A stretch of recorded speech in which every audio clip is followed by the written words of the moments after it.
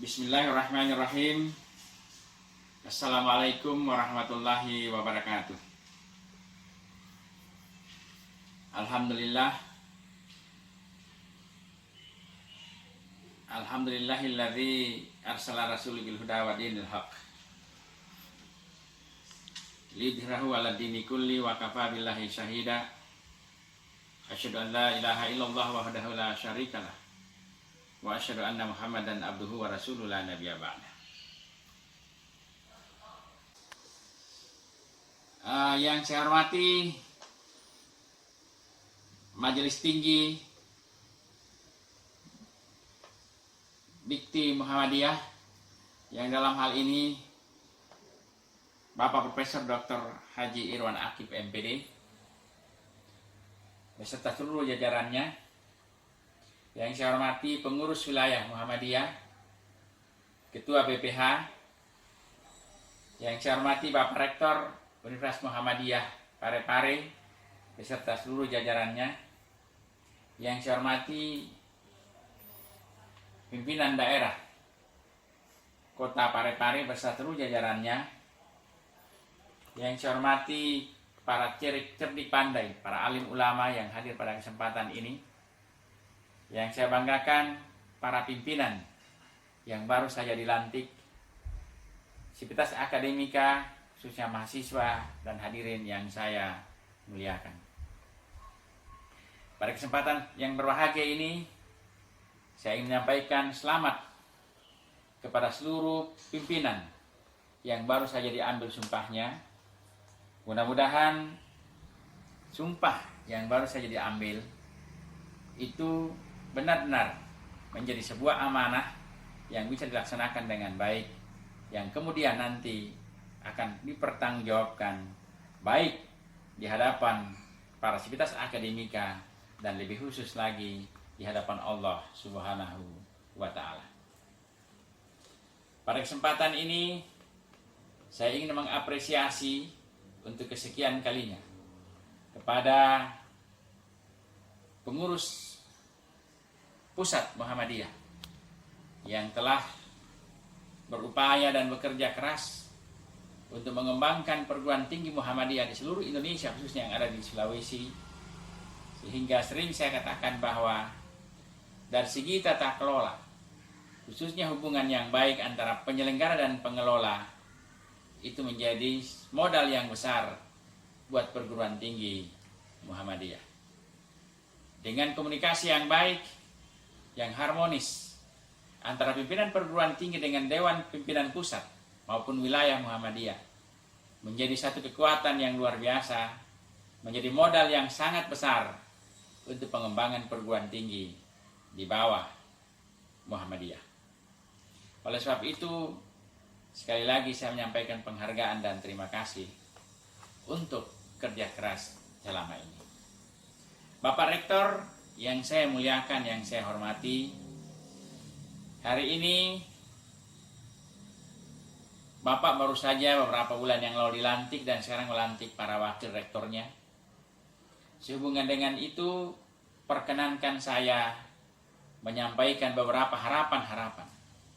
Dan sebelumnya saya mohon maaf jika dalam harapan-harapan nanti itu ada hal-hal yang kurang berkenan, atau mungkin saya tidak sengaja menyampaikannya sehingga tidak berkenan untuk didengar, atau mungkin saja bisa menyinggung perasaan di antara kita semua. Yang pertama adalah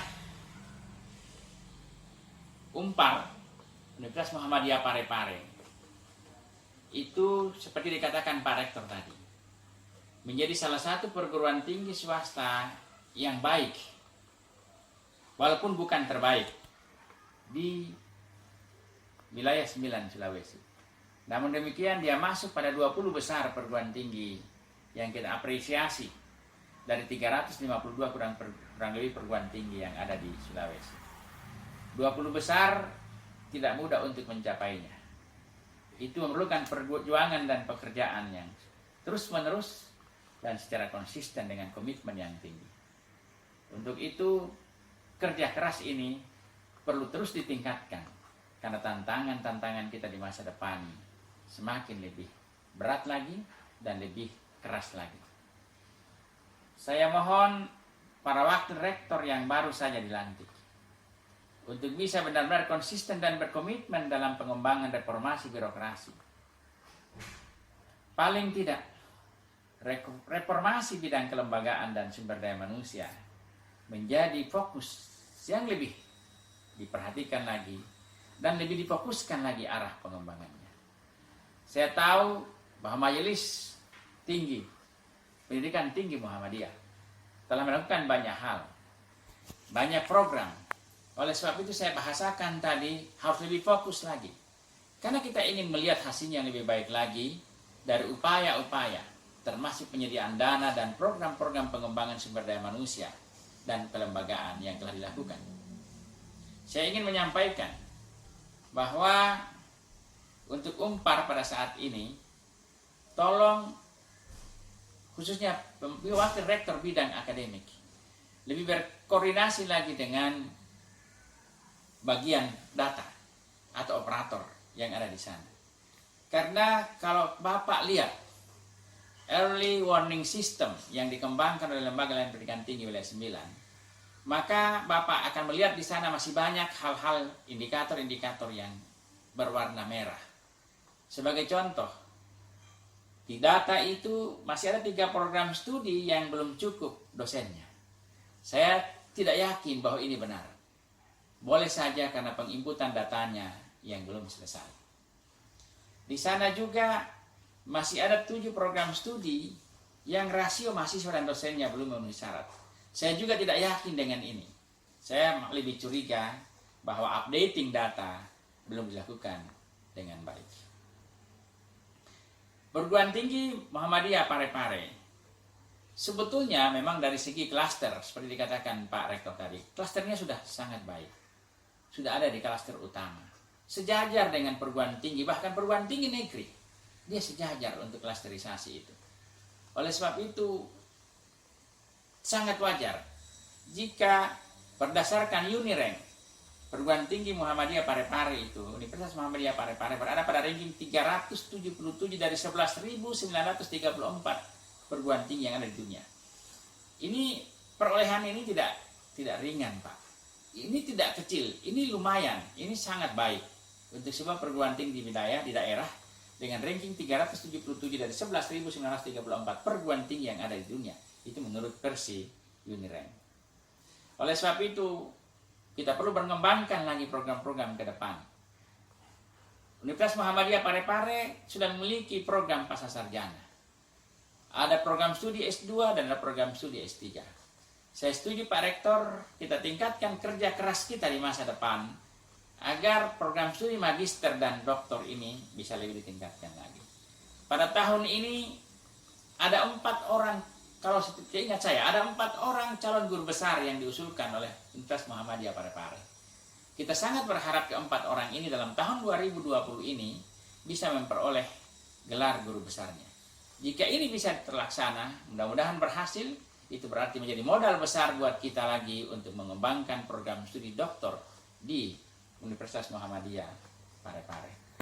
Oleh sebab itu perlu dukungan kepada dokter-dokter senior kita, dokter-dokter berkualitas kita, dokter-dokter yang aktif meneliti untuk kemudian kita dorong menjadi guru besar, dan setelah itu kita dorong mereka untuk kemudian membuka program studi, program magister maupun program doktor.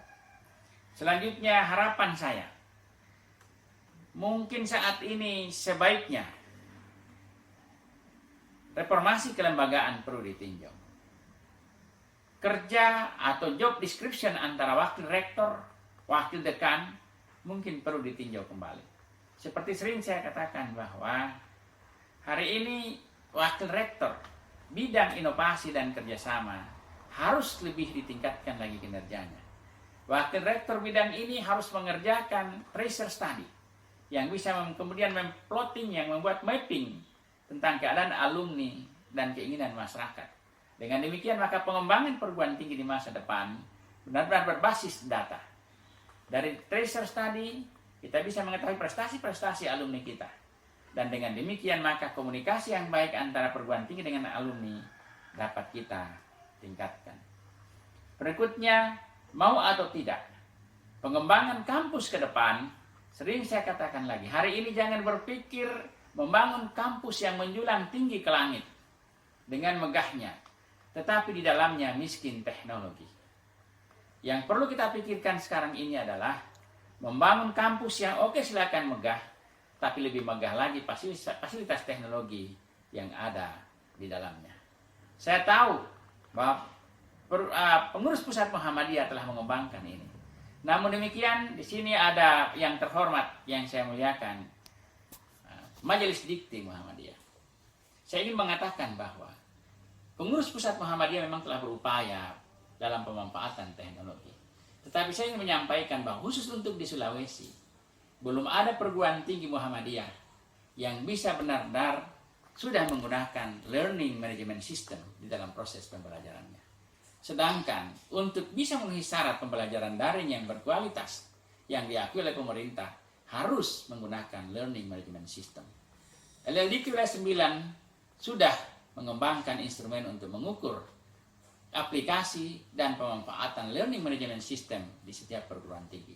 Saya berharap ketika nanti kami turun untuk kemudian melakukan assessment terhadap pelaksanaan learning management system ini, maka pendidikan tinggi Muhammadiyah yang ada di Sulawesi, khususnya Parepare, sudah dinyatakan memenuhi syarat, dan dengan demikian maka sangat berpeluang untuk mengembangkan program studi ke depan yang menggunakan minimal blended learning atau hybrid learning.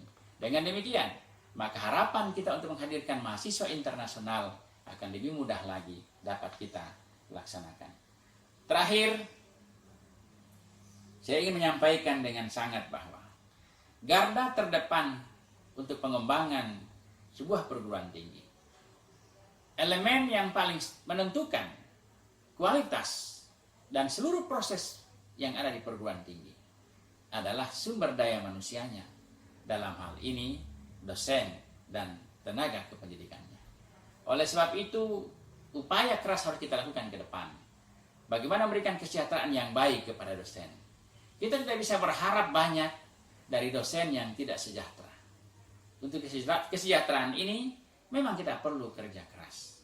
Oleh sebab itu, di masa depan, LLDQ wilayah 9 Sulawesi seperti 2 tahun yang lalu telah saya wacanakan. Salah satu indikator keberhasilan dan kemudian bisa kita katakan suksesnya sebuah perguruan tinggi jika dosennya telah disejahterakan minimal sesuai dengan peraturan pemerintah upah minimum. Sangat disayangkan jika masih ada perguruan tinggi, khususnya perguruan tinggi Muhammadiyah yang besar itu, kesejahteraan dosennya belum memenuhi standar minimum yang ditetapkan oleh pemerintah. Saya percaya Bapak Rektor Universitas Muhammadiyah Parepare sudah melaksanakan ini, bahkan mungkin lebih dari itu. Dosen-dosennya telah mendapatkan penghasilan yang di atas upah minimum. Dan jika itu telah kita lakukan, maka memberi lebih banyak itu lebih baik daripada kurang. Saya kira itu juga bagian dari perintah agama. Oleh sebab itu, saya yakin dan percaya dengan kesejahteraan dosen di masa depan, maka perguruan tinggi kita akan semakin baik lagi, karena garda terdepannya telah kita selesaikan masalahnya. Selamat, terima kasih Pak Rektor atas komunikasi yang baik dengan LLDikti wilayah 9 selama ini, dan komunikasi ini harus kita tingkatkan terus untuk kemudian bersama-sama bergerak, memacu diri, mengakselerasi diri untuk mencapai kemajuan-kemajuan yang lebih baik lagi di masa yang akan datang. Terima kasih, mohon maaf sekali lagi jika ada yang salah. Wabillahi taufiq wal hidayah. Wassalamualaikum warahmatullahi wabarakatuh.